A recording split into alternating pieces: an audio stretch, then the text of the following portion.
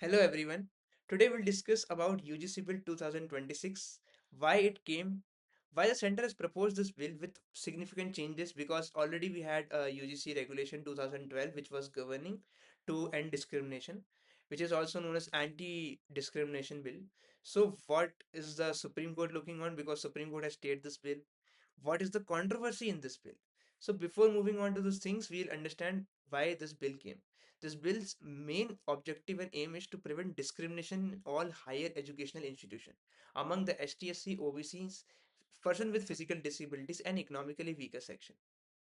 The motive is this, and the main proposed changes they have done is that a equity committee has to be instituted at all higher educational institutions with 10 members, with minimum 5 members from STSC, OBC, and economically weaker section classes. So this is the thing where if a student raises a complaint against other person, other student for a discrimination, then within 24 hours that complaint has to be registered and the committee has to take an action and send a complete report within 15 days to the higher authority, that is the head of the college. So this is the main thing. Now the question arises is of the misuse. That is the main controversy behind this bill.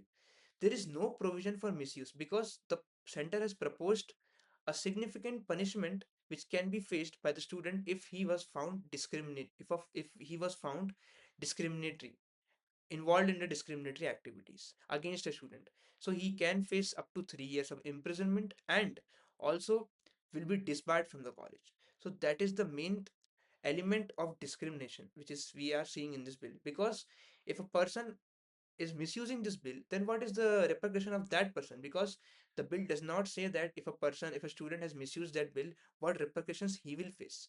This is the main problem of this bill.